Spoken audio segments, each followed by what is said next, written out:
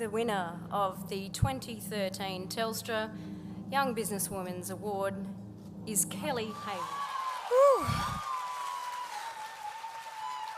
Hayward. I may not be a rock star, but to me I'm the next best thing, and that's a naval officer. It's pretty cool, and my business is logistics. I now stand very proudly before you as the National Telstra Young Businesswoman of the Year.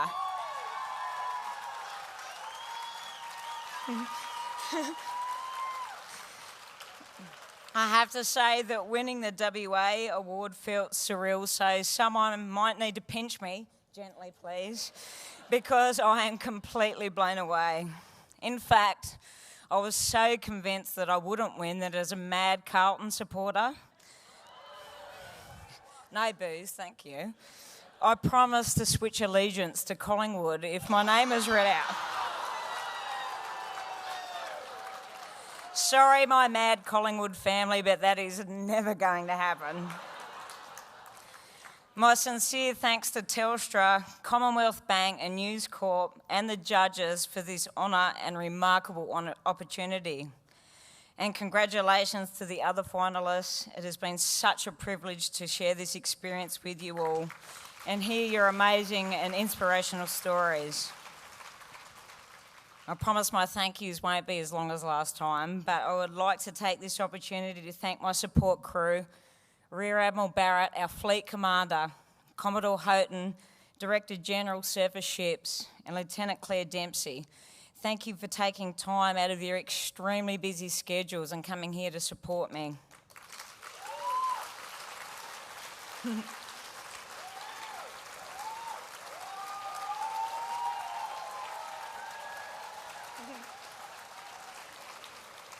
Captain Wendy Malcolm, Commander Cass Ryan, thank you for your ongoing support and for finally making me believe in myself and getting me this far. To my amazing family who have flown over from Tassie, go Tassie, car freight, Tasmanian, my incredible friends and my partner Dean, thank you for the distance you have travelled to be here, your love and support, you each mean the world to me. Since winning the WA award, I've been overwhelmed by the feedback I've received as to how much of an impact my story has made. I've been asked to speak to everyone, from miners in the Pilbara to local students. The opportunities to meet and network with many like-minded and inspiring women have been amazing, most notably through the forums Telstra have provided. I am successful because of determination, a positive attitude, sacrifice and hard work for a job I love doing. After being recognised in the Telstra Awards, a few people have said, "But aren't you in the Navy? How is that a business?" Well, my business is logistics, where I carry the responsibility of managing multi-million-dollar budgets. My business is serving my country. My business, thank you.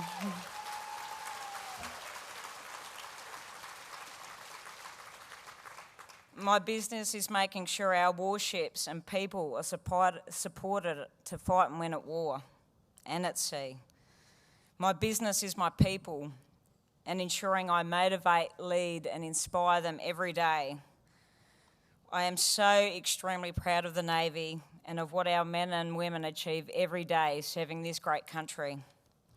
Personally, I've been on peacekeeping missions, I've performed border protection operations, and next year I will deploy to the Middle East for the third time. I was 18 years old when I joined the Navy. I started right at the bottom, in recruit school as a sailor. I have lugged potatoes across the gangway. I have fought the war in the operations room. I've deployed on international exercises. I've controlled helicopters. I've delivered a submarine search and rescue vehicle from across the world. I've organised the entire logistics for a $520 million project. I was successful in completing my officer training. I have recently graduated from university and I am now head of department on one of our major warships.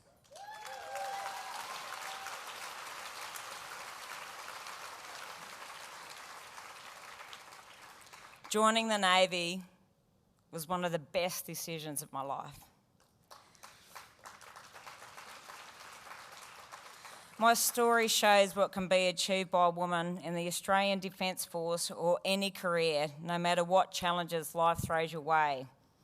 My mantra that you can give up, you can give in, or you can give it all you've got has certainly paid off on every occasion.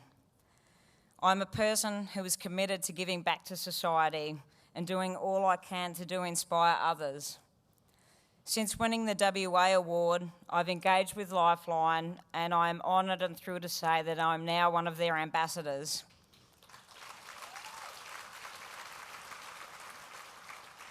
And I've also explored further opportunities to engage my charity, Choose to Live, Love Your Life. This year, I raised over $12,000 for Beyond Blue by entering teams in the Sydney and Perth City to Surf. And whilst I can assure you we didn't break any land speed records, our message was clear: choose to live and love your life. This is even more incredible because this time last year I couldn't walk. A serious post-operative knee infection jeopardised my leg and my life. Not once, as sick as I was, did I give up on walking again, let alone running again, let alone being able to serve my country again. Every day I worked really hard with an optimistic outlook, and less than 12 months later, I've competed in 2 city to surfs. I'm now back at sea, climbing up and down ladder bays on one of our major warships.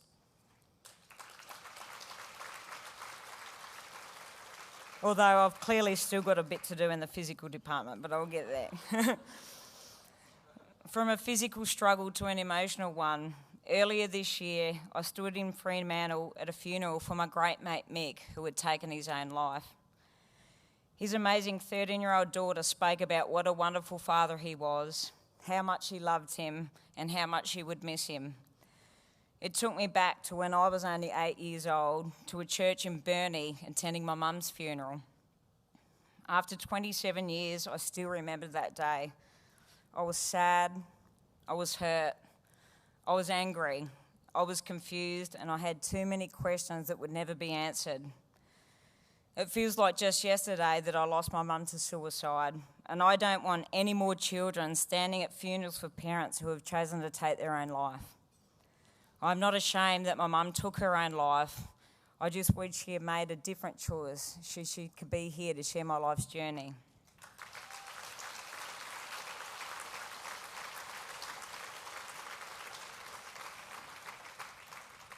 When I set out on my mission to raise awareness for suicide, depression and anxiety, all I wanted to do was make a difference in one person's life and ensure they made a different choice. I'm not a doctor, I'm not a counsellor, I'm not a psychologist. I'm not here to judge you. I cannot solve the struggles in your life. What I can do is tell you that suicide is devastating. Its impact lasts forever, and the pain never truly goes away for those left behind. You have listened to me. You've heard my story. If my words have struck a chord in your heart, I ask you to do one of 2 things. Firstly, reach out to charities like Lifeline, who are there to help those in need and aid in suicide prevention. Make a donation to help those suffering depression and anxiety. Secondly, and most importantly, as soon as you can, reach out to someone you love and tell them how much you care about them. Tell them what they mean to you in your life. Tell them how much you would miss them if they were gone. Believe me, it is much harder to lose someone and never have that chance to tell them how much they meant to you. Thank you again to Telstra, the Commonwealth Bank, News Corp and the judges for this wonderful award. I commit to you, I will do all I can to validate your choice and continue to inspire other young men and women, of course. That's why I'm here. Got those around the wrong way. But most importantly, to dream big and believe in themselves. In the words of Jonathan Winters, if your ship doesn't come in, swim out to it. I want to leave you, pardon the pun, obviously, I'm in the Navy, it's a bit of a cliche. But I want to leave you with this important message. Life is about making decisions.